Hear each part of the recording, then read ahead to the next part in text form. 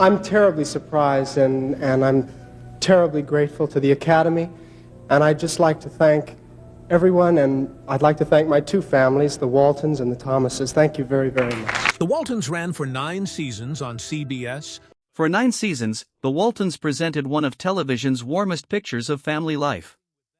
Every week, viewers returned to the Walton farmhouse in Virginia and watched a family face financial struggles, illness, disappointment, and loss without ever completely losing their sense of togetherness. And then, almost every episode ended the same way. The house grew quiet. One by one, the lights went out. Voices floated through the darkness as the Walton family said goodnight to one another. It felt comforting.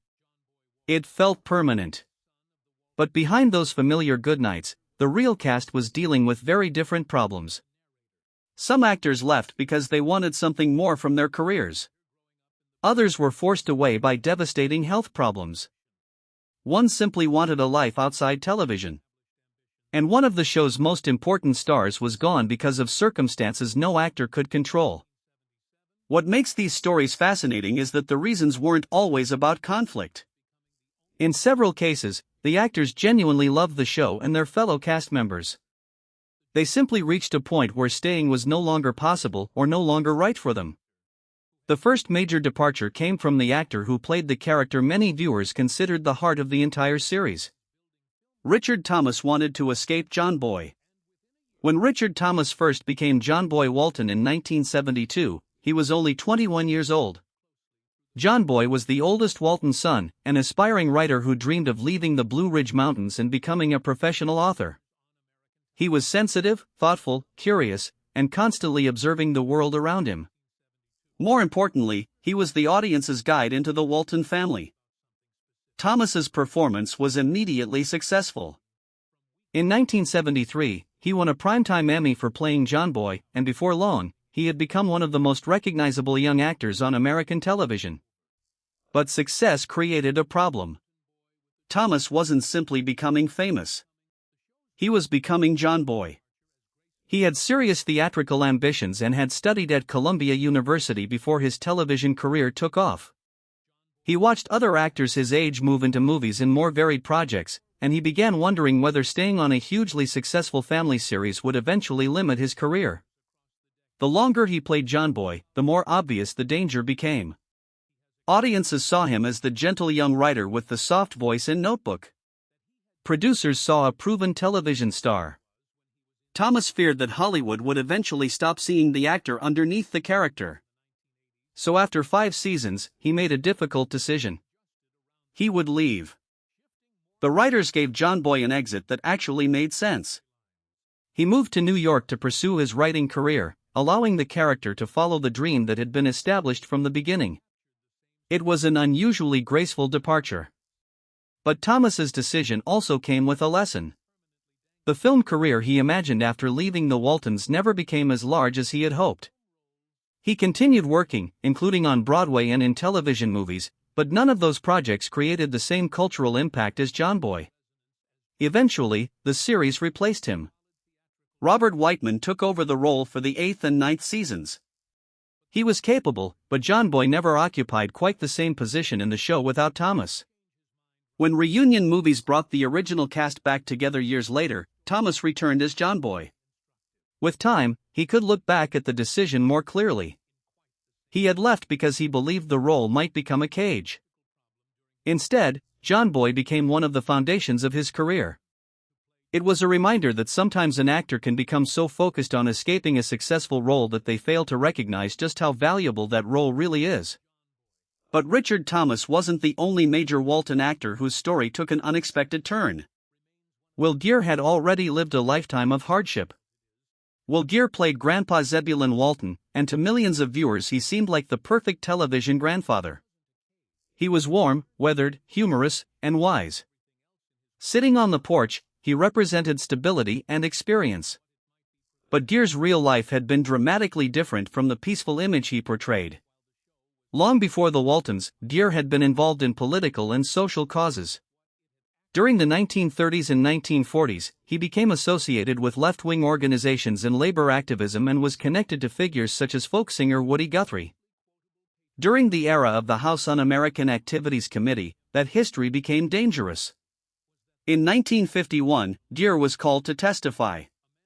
He refused to cooperate, and the consequences were severe. He was blacklisted. For years, mainstream Hollywood largely shut him out. A man who had built a career as an actor suddenly found himself struggling to find work. He performed wherever opportunities existed, on stage, in smaller venues, and in community theater, while the television and film industries largely treated him as though he didn't exist.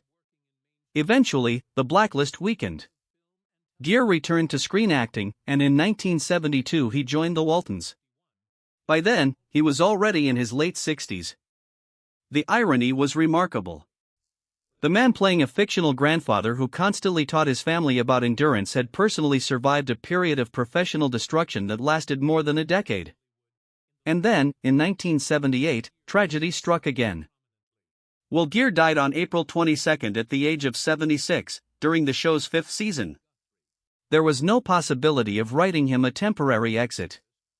Grandpa Zeb was gone because the actor himself was gone.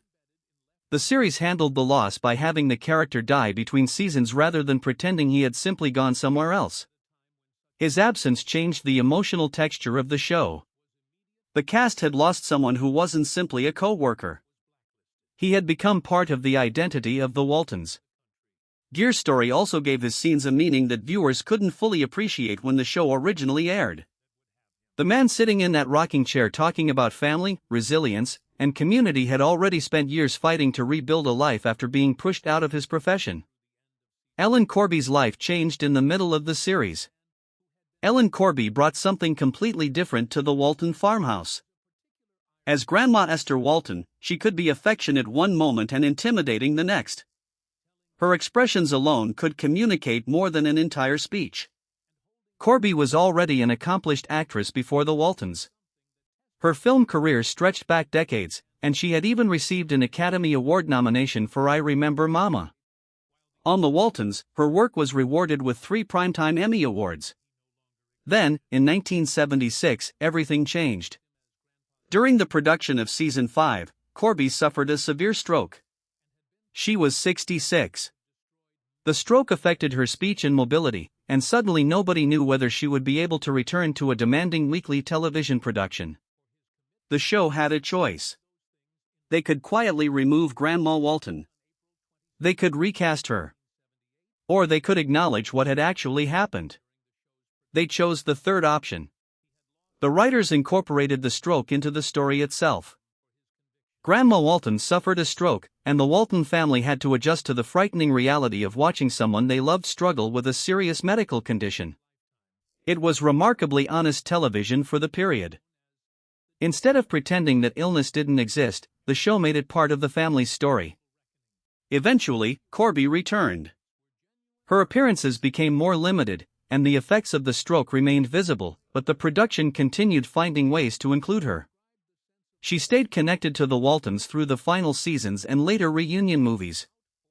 Her story was not really about choosing to leave. It was about having life suddenly force a change that nobody had planned.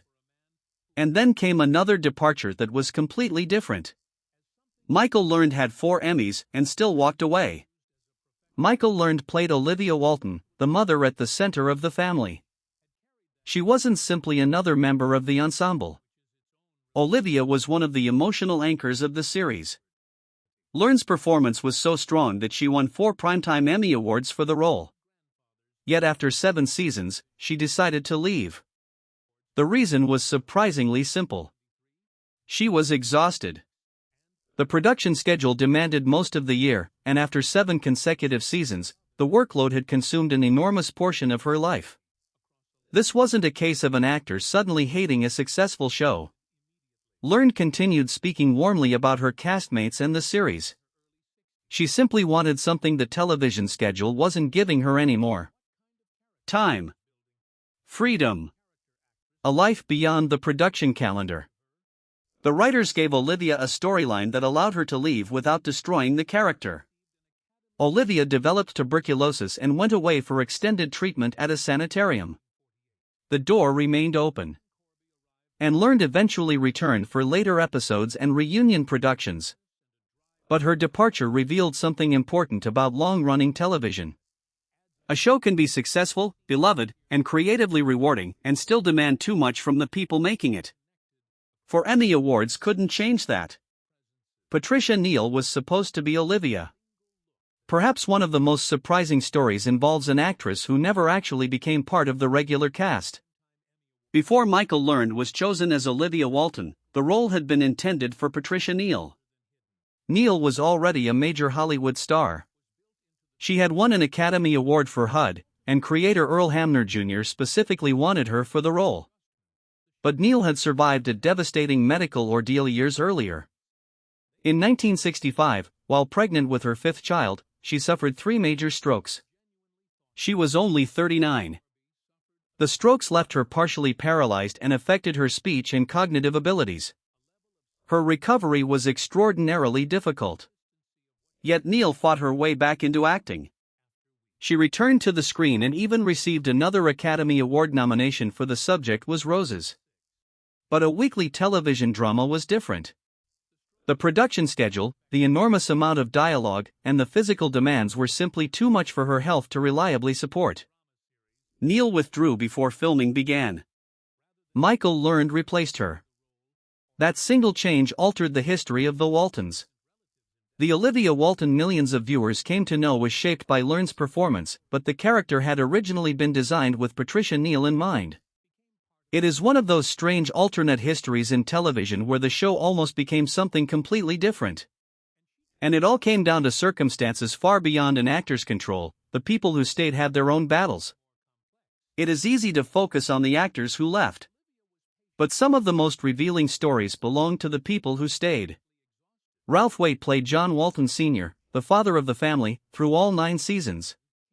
On screen, Jon Walton represented strength, responsibility, and reliability. Off-screen, Waite was dealing with personal struggles of his own. He later spoke openly about alcohol dependency during portions of his life. The contrast was striking. He spent years portraying a father who was supposed to be the dependable center of his household while privately fighting battles that the audience never saw. After the Waltons, Waite continued acting and eventually became an ordained minister. The spiritual side of the Walton family, which had always been part of the show's identity, took on a different meaning in his own life. Waite remained connected to the series through later reunion productions and died in 2014 at the age of 85. Then there were the younger actors. Mary McDonough, who played Erin Walton, later spoke about the pressures she experienced growing up on television and the effects those pressures had on her. Being a young actor on a beloved family show sounds like a dream. But growing up under the eyes of a national audience comes with a price. Every change in appearance can be noticed. Every awkward stage of adolescence can become public. And when your character is supposed to represent wholesome American childhood, the pressure to fit that image can become even stronger. Judy Norton experienced another version of the same problem. She played Mary Ellen Walton throughout the entire series and had to grow from a child into a young woman while millions of people watched. The audience knew Mary Ellen. But Judy Norton still had to figure out who she was when the cameras weren't rolling. That distinction matters. Because The Waltons was built around the idea that its characters were real enough to feel like family. The actors, however, were living completely different lives behind the scenes. Why so many people eventually left? When you put all these stories together, a pattern begins to emerge. There wasn't one secret reason why actors left the Waltons. There were many. Richard Thomas left because he feared being trapped by John Boy and wanted to explore a larger career. Will Geer didn't choose to leave at all. His death forced the series to say goodbye to Grandpa Walton. Ellen Corby's career was interrupted by a devastating stroke, and the show adapted around her condition. Michael Learned walked away because 7 years of an exhausting production schedule had consumed too much of her life. Patricia Neal never became Olivia because her health could not support the demands of a weekly television series after the stroke she had survived. Cotler chose education over continuing in the entertainment industry. Jon Walmsley allowed music to become the center of his professional life after the series ended. And the actors who remained carried private struggles that viewers rarely knew about. That is the part television audiences often forget. We remember the finished product. We remember the farmhouse. We remember the family dinners. We remember the voices calling goodnight. But television is built by real people whose lives continue when the credits roll. The goodnight scenes mean something different now. The Waltons premiered in 1972 and became one of the defining family dramas of its era. It eventually ran for 9 seasons, ending in 1981. The series won major awards, attracted a huge audience, and became a lasting piece of American television culture. Its creator, Earl Hamner Jr., drew heavily from his own childhood in Schuyler, Virginia. The show's central message was simple. People stay together. Families endure. Hard times come, but you don't face them alone. And perhaps that is why the stories of the actors are so fascinating. Because the real people behind that fictional family were also dealing with change. They left. They returned. They became sick. They changed careers. They struggled privately. They grew older. They discovered that a television role could be both a blessing and a burden. Richard Thomas eventually returned as John Boy. Michael Learned returned as Olivia. Many of the original cast members reunited for television movies years after the series ended. And when they stood together again, something about those reunions felt different. These weren't simply actors recreating an old television family. They were people who had actually spent years of their lives together. They had experienced success together. They had experienced loss together. They had watched one another grow older. And they had watched some of their closest colleagues disappear. That makes the reunions feel more genuine than the original television story ever could. The real reason they left wasn't always what we think. When people ask why actors leave a beloved television series, the obvious assumption is usually conflict. Maybe they argued with producers. Maybe they demanded more money. Maybe they hated the direction of the show. Sometimes those things happen. But The Waltons tells a more complicated story. Most of these departures weren't dramatic Hollywood scandals. They were human decisions. An actor wanted another challenge. Another needed to protect their health. Another had reached the limits of what their body could handle. Another simply wanted to teach. Another wanted to make music. And some had no choice at all. That may actually make the stories more powerful. Because leaving a successful show doesn't always mean someone was unhappy. Sometimes it means life changed. And no television contract can stop that. The most interesting example may be Michael Learned. She had won 4 Emmys. She had one of the most respected roles on the show. She was at the center of a massive television success. And she still reached a point where she needed to step away. That decision reminds us that professional success and personal fulfillment are not always the same thing. Richard Thomas learned a different lesson. He left because he was afraid John Boy would define him forever. Yet decades later, John Boy remained one of the roles most closely associated with his career. Sometimes the thing you are trying to escape is also the thing that gave you the strongest foundation. And Patricia Neal's story reminds us that some of television's biggest what-ifs are created by circumstances no one can control. Imagine the Waltons with Neal as Olivia. It might have been a completely different show. Different chemistry. Different rhythm. Different emotional tone. But history went another way. Michael Learned became Olivia, and that version became the one millions of viewers remembered. What The Waltons was really about. In the end, perhaps the most fitting thing about The Waltons is that the real story behind the cameras resembles the fictional story in one important way. Life does not stay still. Families change. People leave. People return. Illness arrives without warning. Dreams evolve. Children grow up. And sometimes the hardest part isn't saying goodbye. It's accepting that goodbye doesn't erase what came before. For 9 seasons, the Waltons asked viewers to believe that family was worth holding on to even when life became difficult. The actors who created that family experienced their own difficult years. Some walked away. Some were forced away. Some found new careers. Some returned. And some never got the chance to say goodbye on camera. Yet the show survived all of it. The farmhouse remained. The goodnight ritual remained. And decades later, those voices still echo through television history. But now, when you hear John Boy say goodnight, or see Grandpa Walton sitting on the porch, or watch Olivia gather the family together, there is another story underneath the one being told. A story about actors who were not characters.